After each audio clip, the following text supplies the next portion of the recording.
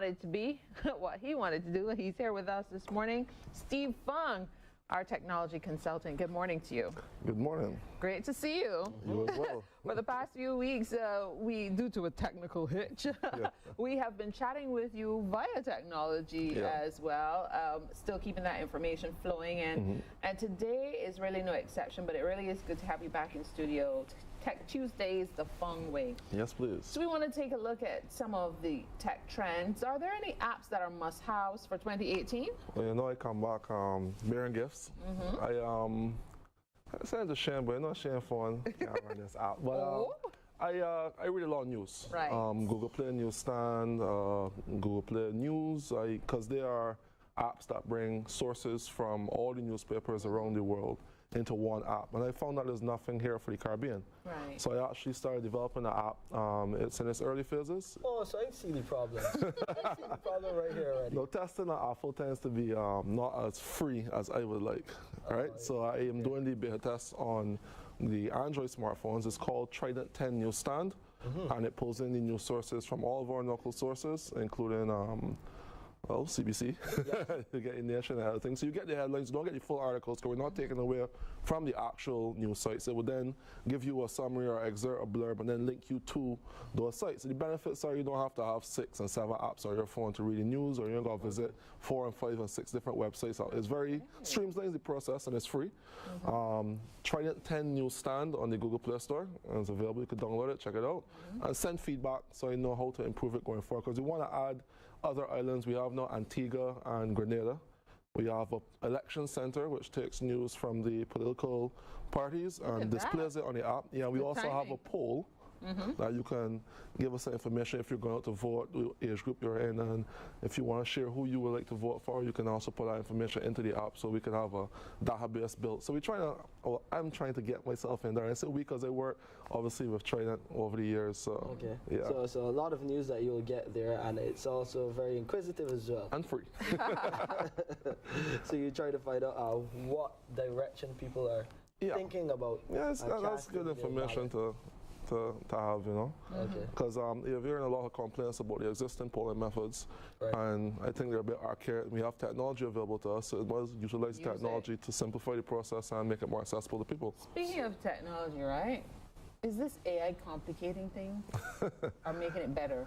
Well, AI is, you know, the last report of Stephen Hawking was actually warning us about the implications of AI. And you know, Elon Musk is a very large, he speaks out volumes against it.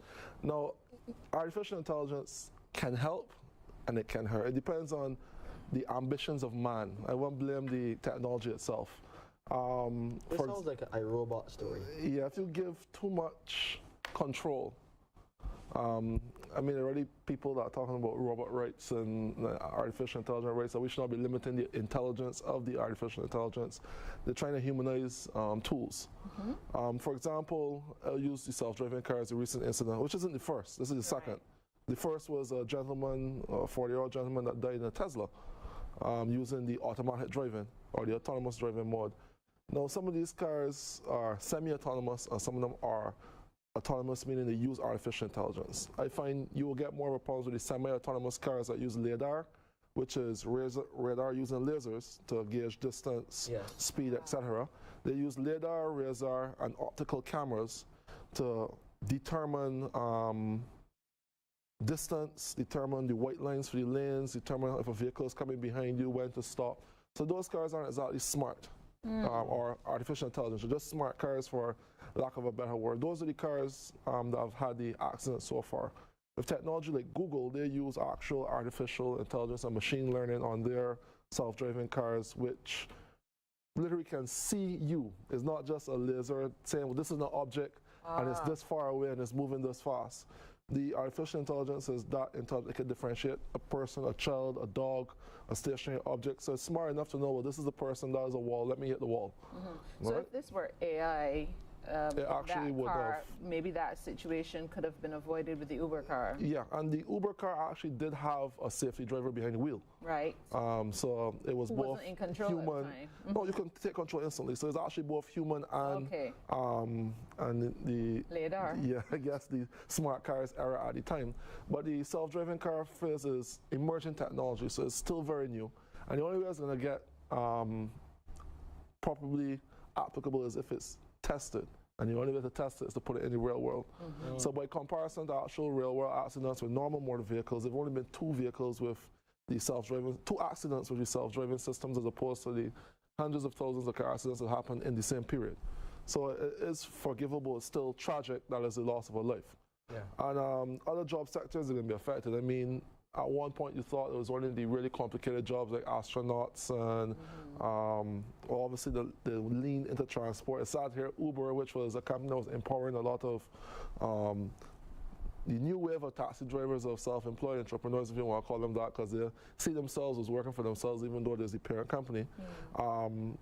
Their jobs are going to go sideways now because of the autonomous driving vehicles that they're looking to replace them with, because it weans out that problem with the drivers having issues with the passengers, or passengers having issues with the drivers, which is a complete HR, and it's very expensive to manage a human resource as opposed to a mechanical workforce. You have large food chains now that are getting, there's a burger flipping robot that actually just started that does your burgers for you in a few food chains. This is obviously cheaper, not in the initial process, but over the years, than actually paying the staff, and if it falls over, you don't have to pay out insurance or anything like that. So they're looking at, companies are looking at ways to reduce their costs, which obviously removes the human element, because the human element is expensive. You can see things like finance.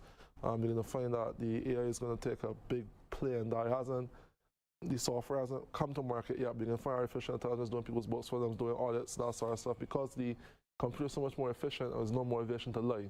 Though it can be tampered with, it can be superior to actually having a human involved in the process. So for certain things, AI could come in handy. If you had a surgeon perform a surgery on you with artificial intelligence in the tools that can guarantee or reduce the risk, because surgery is still very risky even with modern technology. You can remove human error in a lot of things, airline pilots, all those things, military applications. You're going to find artificial intelligence spreading across the board, and there's a lot of investment in it. There's no lack of investment in the AI, and even your smartphones. And not just as simple as something like your camera. Google, again, this is with the self-driving cars, the same technology that they use to process. They can take you from the foreground and separate the background. Now, other phones do it with 2 lenses. Google uses the artificial intelligence to detect, well, this is a person, and the rest of this is background. So AI can detect this is you, this is your hair, and separate you from that background. It's gotten so advanced that where film techniques, where you use a green screen to superimpose a background or environment around you, the Google artificial intelligence can do that with just your smartphone camera.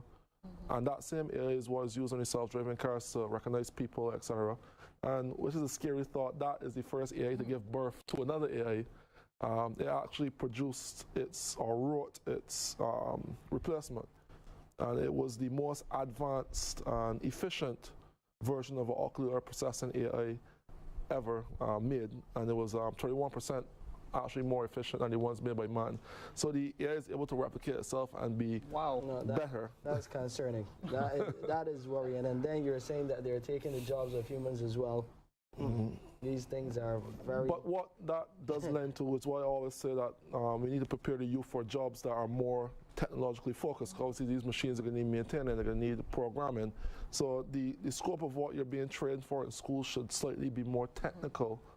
And oriented along the lines of programming, because there are a lot of programs in the US that start them from kindergarten. There are board games, there are video games that teach children programming from a very early age. So retooling is a must. Is that what Stephen Hawking may have been talking about, though, really the end of humanity, thanks to AI?